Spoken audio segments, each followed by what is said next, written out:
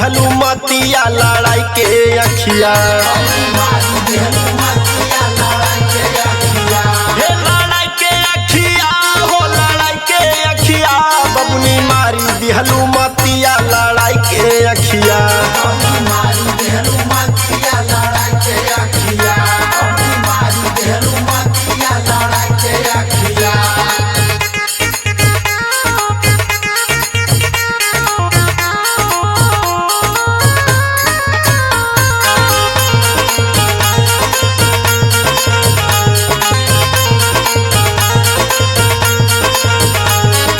पतरी कमरिया सूरतिया कसावर, असम न करे संग में घूम ले भावर।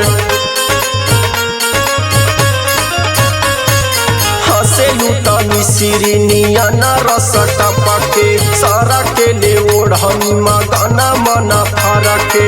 तकिया दबले मोर बितैले रतिया, बबुनी मारी दिहलू मतिया लड़ाई के अखिया।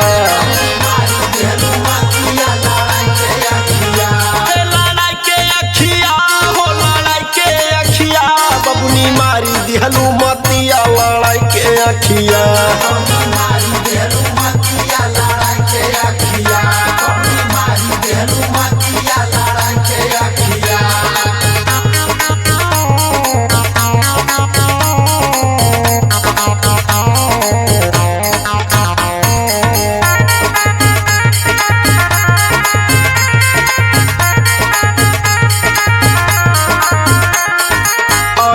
रविंदर के चोरी चोरी बाटेलू, मांगी एगो किसमिस हमारा के डांटेलू।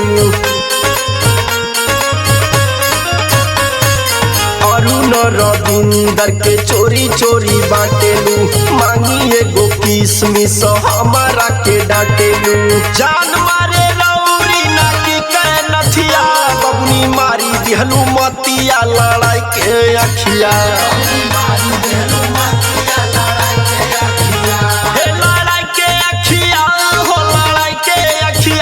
बबुनी मारी दिहलू मतिया लड़ाई के अखिया।